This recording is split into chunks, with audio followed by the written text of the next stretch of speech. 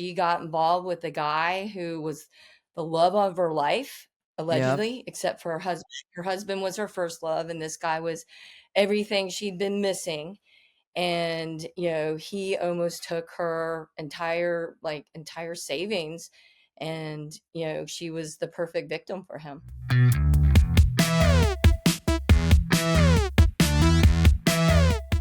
Hey, welcome, guys. This is another episode of I Hate Dating Apps. I'm Daniel. And I am Gina. And today we're going to be talking about, unfortunately, the reality of the digital age is the fact that, dating apps have also become, unfortunately, a cesspool of scammers, right? It's just now there are new tactics. And for some reason, despite the absolute awareness about all these catfishers and scammers online, the problem's actually getting worse. And before we jump into our guest today, you want to stick around to the end because our guest is going to give you her top telltale signs to watch out for on how to spot a fake scammer. So I brought some stats for today. There was a recent Federal Trade Commission report that says that scams, well, first of all, consumers have lost over $10 billion in scams last year. $10 billion. Crazy. And this That's is a the crazy crazy part, number. actually. And unfortunately, older people are more vulnerable. And the number of older people and like 60 and over who are scammed for $100,000 or more Each. yeah, and these are like on average, and these are like people's life savings, right? Mhm. Has more than tripled since 2020. There's different categories of scams. One of them is like the typical the email or the prince in Nigeria, Yeah. but also one of the most common scams is romantic websites. People who are looking for love, and we know that there is an epidemic of loneliness in this country. Yes. The percentage of people who live alone, adults who live alone, has gone up by like 30%. Since 10 years ago. So people are more isolated, feeling more lonely, Yep. and so the scammers, prey on that. Yep. So for today's episode, we actually have a real life private investigator who you Mm-hmm. know well, who's going to give us some tips on how to, how to watch out for this and what to be careful about. And you actually know her very well. Yeah. So Shelley Cain and I were on a reality show together, and you just have a whole lot of common sense about you. And now, of course, I know why. You're a private investigator. You just feel people out, and you're just so responsive in that way. But in your role, you have also seen quite a few shenanigans.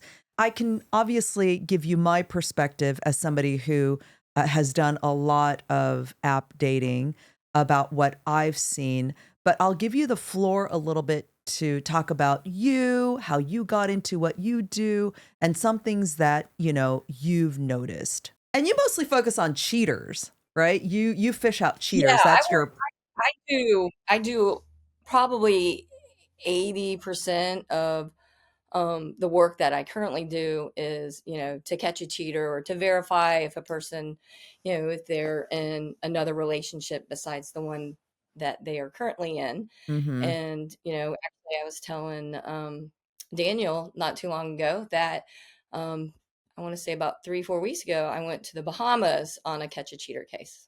And a lot of times, these relationships can start in dating apps. And one of the particular area that we see is probably some of the most vulnerable are your senior dating apps. Mhm. And that was where the case that, that I worked on that has still like it's, some cases just stay with you. And this is one of those cases that just stayed with me. I did kind of have a little bit of a personal connection. I didn't know the victim, but a good friend of mine worked with her, and Uh-huh. she was a school teacher. And basically, what happened is she got involved with a guy who was the love of her life, Yep. allegedly, except for her husband. Her husband was her first love, and this guy was everything she'd been missing.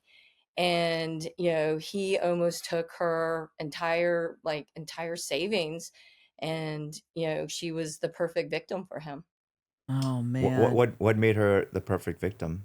So we found, like, in investigating this case, that they look for particular markers. Mm. They search for widows. They search for, widows that usually had a, middle to lower income job. They search, and then widows that got a large payout, like in a med mal suit or something like that. So they've come into a lot of money recently. So they're Mm-hmm. not, money savvy. And so, they get, $1 million to $2 million med mal settlement. And, that can be in the news. And this particular case it was all over Mm. the news. So, Oh. couple Google search of lonely widow, lawsuit settlement, how much the settlement was for, and there's your victim. Right. So they're doing research and background research on their victims, and they're looking for those trades. Uh, Right. they came into money. It looks like they might not be Yep. financially very savvy, right? And Yep. how did this guy approach her? Tell us a little bit about how he went about it. Now we know how he found the markers. How did he woo her? He found her on a senior dating app Mm. and just started talking to her, and somehow changed the algorithm so that they matched together, Oh. and just started talking to her, love bombing her, telling her how amazing she was. They would talk for hours, every day, and, slowly lured her in. And then this was it was a really actually a very good scam, because the first thing, he would send flowers to her. He would send little gifts and presents, and sent her a little bit of money, not a lot, but a little bit of money. Uh, Meanwhile, they were, as he stretched the relationship out, he was, talking about how they were going to go on a trip around the world together. They're going to take one of those cruises, and he was going to pay for everything. But the first ask was, hey, I need, I think it was like $10,000 for a down payment on the worldwide cruise. And he says, my money's a little locked up. I can't get that much out. And, anytime you tried to investigate who this guy was, he told her up front, hey, because I have a very sensitive job, I was a DEA agent, and you're not going to find me. And so they'll use like law enforcement, government jobs, investigator type jobs, so that when you look for them, you can't find them. But oh there's a very Mm. legitimate God. reason as to why. So, I mean, and she spent hours and hours and hours talking to this guy, and he filled the void, the loneliness of the sudden loss of her husband, and Mm-hmm. he was sympathetic, and he said all the right things, and gave her this dream of this new life together and new love. Obviously, the scammers know exactly what they're doing, right? They've sort of perfected their craft. And before I Yes. forget, we should actually remind our listeners and our viewers that we're going to summarize this so that have some tips for them at the end of the episode, like some common markers. But I think you already mentioned a couple of them, which I read in my research as well. There's this one is this idea of like you're not going to find anything on me, or like keep this a secret, don't tell your friends, I am a secret agent. Like Right. they always make it very, like, that's one of the telltale signs. The other is the money part. Yeah. um Scammers have gotten smart where if you start asking for money right away, people get suspicious. So what you do is like you start giving them money, like you say, oh, I'll pay for that. They like, so that you get the impression, Yeah. oh, this person's not in looking for money. Right. And then they have that big ask. So that's another telltale sign when they, and it's also usually like the sense of urgency, like, oh, we need to make this payment, but my money's tied up. So could you make that payment? So that's another telltale sign. So we'll summarize some of this for folks. But one thing that is curious to me, and we've had previous guests on our podcast who were, by all appearance, had been victims of scams. Yeah. Bitcoin. Yeah, bitcoins and gift cards, and yes, these people are preying on the vulnerability of their victims. But have you had a chance to talk to this in this particular case? Were there Did she ever stop at any point and go like, this is too good to be true, this guy can't be real? Like, what is the psychology of the person who actually falls victim to these scammers?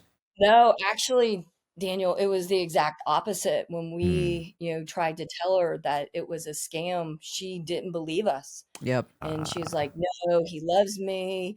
He sent me money. He hasn't asked for money." I said, "Wait, didn't he ask you for the down payment on?" "Well, that's money for both of us. That's not him Ah. asking me for money. We're going to go on this trip together." He told her he had a $10 million house in Hollywood Hills, and he showed her pictures of his house. And he was so good. He even he had a picture of him inside this house, Mm. and so that we were able to look that up. And yes, that house does exist, which she could do as well. But there's other avenues that we were able to use in the PI industry. And so through he had $100,000 house in East Hollywood. It So was this was a not Beverly real Hills. person? This was not some Yes. scammer in Nigeria sitting in an internet cafe? No, he was in LA. Okay. And so then we called them back, and then I went and told them that, like, "Hey, I'm a private investigator. You're under investigation. We are reporting your name to the FBI, and don't contact her again." But if she didn't have a friend, like if my friend didn't intervene on her Mm. behalf and tell me about it, because she wouldn't listen to Shirley. She's No. like, "You don't understand." And and he even tried to talk to Shirley and snowed her. And it wasn't until Shirley was like, "This doesn't feel right. It just doesn't feel right. Can you just check this guy out?" And she would have given him the money. So no money was lost? No, he lost $1,000, but we were able to prevent her from. But she was like, just like within days, like she was making the financial, trying to like get the money out of one account so she could send it to him. We'll be right back after a quick word from our sponsors. Our sponsor, Take My Face Off, makes swiping off your makeup just as easy as swiping past a bad profile. Seriously, the Midi from Take My Face Off is this adorable facial mitt that makes skin cleansing faster, easier, and more thorough than any other method I've tried. I seriously love this product. Next time you're tempted to grab a face wipe, use a Midi instead. It's just as fast, but it's better for your skin and the planet. Get free shipping with the discount code DATING at takemyfaceoff.com. I recently read a Wall Street Journal article about this very topic where there was a gentleman, and I can't remember where he was. I want to say he was on the East Coast somewhere. And there's this famous wrestler girl. She's not a wrestler. She's somebody who parades around at wrestling matches. Uh-huh. She's like the card. Yeah, holds up the Holds up the cards or card model. Yeah. she's fairly famous. And apparently a lot of people emulate her Mm-hmm. in the scamming world to target lonely older men. Mm-hmm. And the Wall Street Journal outlined how this guy fell for her hook, line, and sinker. He was in his 70s. His children found out about it and were like, "Dad, you've never physically met her. Like, you have no idea who you're giving money to. Stop giving money to It's her." crazy. And the father cut his son off. And then when the son tried to lock his account, his dad's account, under the guise that his dad was being scammed, the father took his son to court and said, Mm-hmm. "I will do with my money whatever I want. Mm-hmm. This woman needs my money for her children. She has no heat or electricity right now." Like, he just bought He bought everything into it, yeah. she said to him. And then shortly after all of this mess was somehow exposed, he died. And he died with almost $1 million or something missing from his savings because he had given it to this scammer. And so, these stories I read all the time in crazy. the New York Times, the Wall Street Journal. It definitely happens with older people. Now, for my generation and younger, I feel like, so many of us, the moment somebody said, "Hey, my money's all locked up. I'm unable to eat," Yeah. or, "Oh God, I'm stuck in some country and I can't get out. Can you send me money for a flight?" the moment somebody even did anything like that, or we're like, hey, let's meet up, and they're like, oh, babe, I can't. I'm in a, I'm stationed in Korea right now or whatever.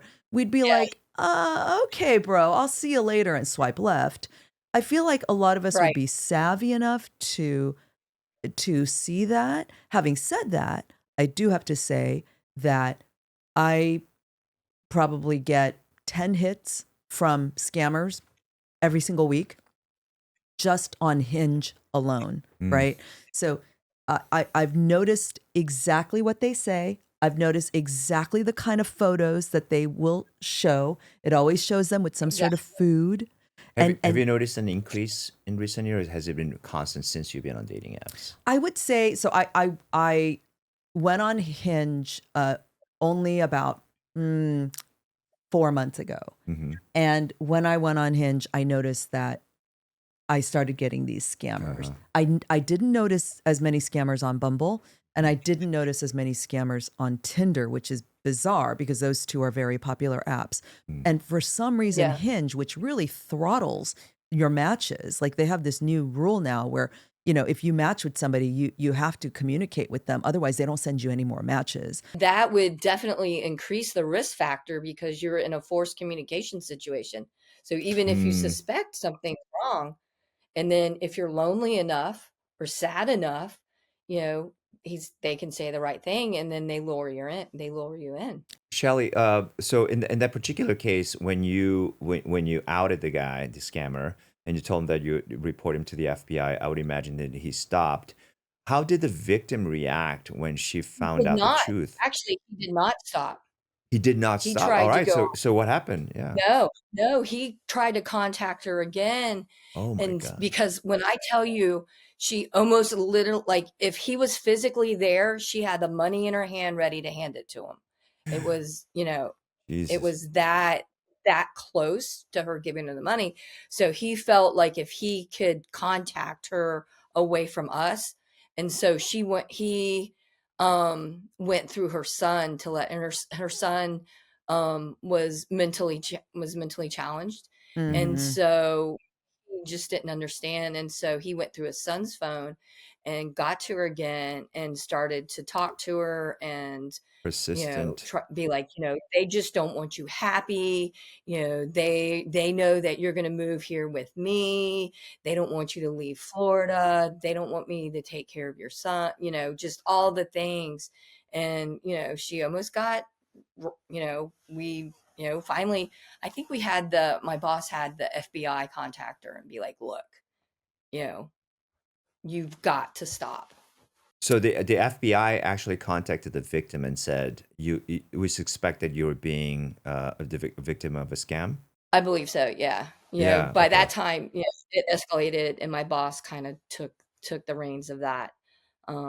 Because, she felt like because I was friends with the person that started this whole thing, that, she didn't trust me anymore. She trusted him, but, he spent so much time saying all the right things and doing these small little things to to make him more believable than I was. Yeah. That's crazy. But Well, we had like just like the example that you had of the father who like wouldn't trust even his children like mhm, over the scammer. We had a uh, uh, guest in one of our previous podcasts where he was scammed and he bought a gift card for somebody who said it was her birthday, remember? yeah, And he went look and she ghosted him and he went to her house and there was no birthday party that was supposed to be there. He yeah. waited there for 4 hours. He went into a motel, came back the next day. Finally, like, different kind of scam. But to me, what was incredible about that is like, even as we were talking about that experience, he still didn't believe that she was scamming him. Yeah. It's like, why would she go through that trouble for like a $50 or $100 gift card? And I was like, but it's not just you. You understand that she's doing this to a bunch of people and collecting all of these gift cards, right? Yeah, and It's that crazy. Yeah. presumably was a real person Right. because he sent it to that Well, address yeah, where he they're showed all up. these are all real person. Whether you are in Nigeria or East Hollywood, you're still running a scam, right? So that particular case, I mean, I'm not a detective, but it's very clear to me that she was running the scams because he went to the house where supposedly the birthday party was happening, and she didn't live there. That should have been the first clue, and the fact that Yeah. she didn't, or he or she, who, because we never met the person, whoever was running the scam is a real person running the scam, and or it might be like a criminal organization running the scam. Yeah. You never know, right? But it's, to me, the psychology of the person who, in spite of all this evidence, in spite of a private eye, telling you this person's scam, we investigated, and still refusing to believe the reality and believe the fantasy. That's what's incredible to Well, me. so what's the takeaway here, guys? Because I think we presume that younger people are a little bit more savvy about what's happening, and the moment somebody brings up money or we smell fish, we just kind of back out. It's the older people, I think, that are Generally obviously speaking, the yeah. most Yeah. vulnerable. But what's the takeaway? They shouldn't stay lonely. They shouldn't not go on the apps. Shelley, do you have any advice? My first thing is like trust no one, but that's not a good answer. So I would modify that to trust but verify. You need to make sure you like really vet this person, and then just knowledge of what to look for. What are signs of a scam, and before you jump on these apps, know what those are. A cursory Google search of dating scams would pull up Right. exactly that playlist. And it's the old maxim, right? If it's too good to be true, it probably isn't. Right? And maybe the second thing would be, don't give anybody money. If somebody says, give me Yes. money, you're like, bro, this is a No. dating relationship. Like, really? Right. The guy who did the cryptocurrency thing was the same thing. Where it's like, why'd you give her money? Well, he didn't give her money. He invested on a platform that she was advocating. Yeah. That was a scam. I mean, Yeah. it ended up being a total scam, and we, Right. of course, know about that now. But But they're that's just getting so but that's the thing. It's like, sophisticated. actually, that goes to the point. The scammers are coming with more and more intricate ways of taking money And from you. different ways. Different ways of taking money from you. Yeah. But ultimately, Shelley, if somebody asks you for any kind of money to be deposited anywhere, whether it's on a platform or given to them or sent to a cruise company or whatever, I mean, like, just run, right? Yeah, exactly. And it's just the sad thing is that they prey on the lonely and the vulnerable and the sad. Usually Yeah. they look for somebody who's had lost a loved one. They look, and they also, and here's the other thing that I didn't mention, is they also look for people who have been in a long-term marriage, not somebody who dates a Mm. lot and has maybe had a couple And divorces, is more or savvy. Yeah. they look for Right. somebody who's been married for 40, 50 years. Because they know Less experience. exactly. They're not. They put the net out there, but then they know what targets are more likely to yield. Right. In that fish analogy, it's like instead of just throwing a net in the big wide ocean, they throw a net where they know that there's fish. This is a really important message, and hopefully people have been taking notes. But yeah, if it's too good to be true, probably not. Don't send money to strangers that you have never even met in person. My right? That's another God. good. And I think some of the stuff that in the story that you've said are really like have all the telltale signs. Asking for money, saying that you're not going to find me, because I have like I have this job that nobody's going to know me. Like, don't tell other people about me. That's another red Yeah. flag that people And should be watching out for. those red flag jobs, just to go over those, are military, government jobs, law enforcement type jobs. I'm an undercover agent, or I work with any of the alphabet letter agencies, from the CIA to the FBI to the DEA Right. to Boulder. All of those are Mm-hmm. the type of careers that these scammers like to have. 100%. Yeah. I mean, no offense to those people Right. in But those yeah, but lines that is of work. what the but yeah. scammers are using. Exactly. Yeah. Yeah, it's just what the scammers are using, because it legitimizes a little bit of why, they can't be, Tracked located, down. because they Yeah. would be Yeah. scammers. Yeah. Shelley, thank you so much for your time. I think this is a really important message to our listeners. And unfortunately, it's a reality of the times we live in. And with the proliferation of dating apps, unfortunately, the scammers have found another whole field to go hunting for their targets. But we thank you so much for your time. And this has been another episode of I Hate Dating Apps. You can't love with them. And you can't love without them. I appreciate you guys so much having me on, and you guys are the best. Thank you, Shelley. We love you so much. I hate dating apps.